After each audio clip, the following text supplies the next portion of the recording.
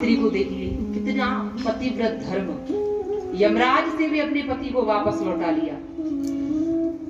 तो सब माताओं के अंदर एक शक्ति होती है, एक एनर्जी, एक ऊर्जा होती है, बस उसको जागृत करना है। देखिए हम ये कहते हैं कि संत हमसे अलग हैं, ऐसा कुछ नहीं कि संतों के 4 हाथ हैं या 4 पैर हैं। आप सब भी वही हैं, उनका भी वही शरीर है। केवल और केवल जरूरत है उस शक्ति को भक्ति के द्वारा जागृत करने की। जैसे जैसे हमारी साधना बढ़ती है, जैसे जैसे हमारी भक्ति बढ़ती है, तो उस शक्ति का उदय होता है, वो शक्ति हमारे अंदर बढ़ने लगती है। तो इसीलिए कभी माता ये ना सोचे कि अरे हम तो सबसे कम है, ऐसा कुछ नहीं, मैया तो सब कुछ होती है। माता ही सर्वप्रथम पूजनीय है, वंदनीय है। तो कहने का मतलब कि जिसने नारी का अपमान किया है उसका पतन हुआ है। कीचक वध की कथा आप सबने सुनी है? यहाँ कितनी माताओं ने कीचक वध की कथा सुनी है? महाभारत में कीचक वध की कथा आती है?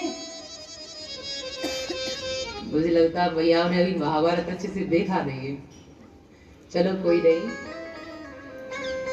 कीचक वध की कथा आती है। द्रौपदी के प्रति बड़ा आकर्षित था कीचक, और आप जानते द्रौपदी हवन कुंड से पैदा हुई है, अग्नि, और कृष्ण की बहन है, इसीलिए उनको कृष्णा कहते हैं, वासुदेव की बहन है। तो द्रौपदी जब वनवास के समय थी तो उनको शारिंद्री कहते थे। कीचक बड़ा आकर्षित हुआ द्रौपदी का, क्योंकि द्रौपदी जो है उनका स्वरूप बड़ा सुंदर है, लंबे लंबे केस, कटीले नेत्र, और भगवान कृष्ण की बहन है, तो आप खुद ही सोचिए अद्भुत ही होंगी।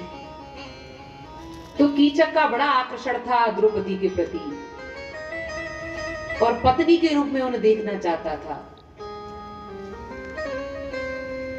भीम के द्वारा कीचक का वध किया गया। काम एक ऐसा, मैं कहूं एक ऐसी बुरी चीज है जो व्यक्ति का पतन करती है।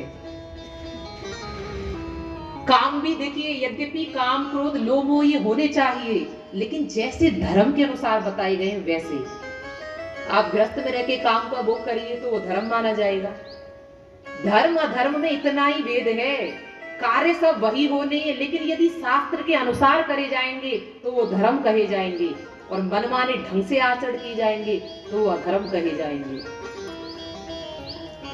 द्रौपदी के प्रति जो उसका आकर्षण था वो उसकी मृत्यु का कारण बना।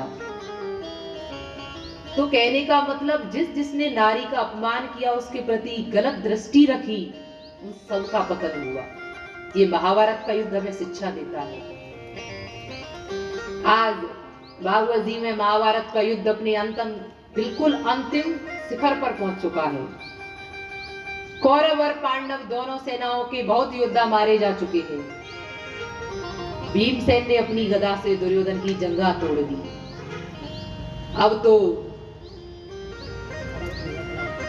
दुर्योधन के पास, दुर्योधन का मित्र है अश्वत्थामा, अश्वत्थामा दुर्योधन के पास आया और दुर्योधन से बोला, मित्रवर तुम्हारी हालत किसने की? दुर्योधन युद्ध भूमि में पड़ा हुआ तड़प रहा है। कौरव पांडवों का युद्ध अपने चरम शिखर पर पहुंच चुका है। अंत में दुर्योधन ही बचा है।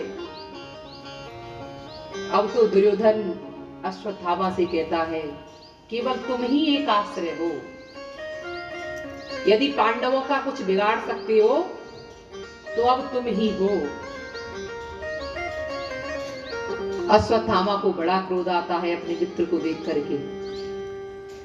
अश्वत्थामा कहता है, तुम अभी बिल्कुल चिंता मत करो, अभी जाता हूं और अभी 5 पांडवों को मार के लेकर आता हूं।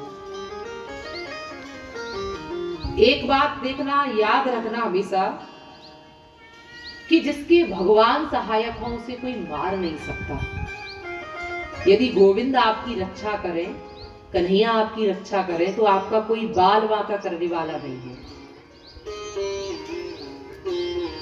अब तो अश्वत्थामा गया, और आपको पता है महाभारत का जब युद्ध हुआ था ना,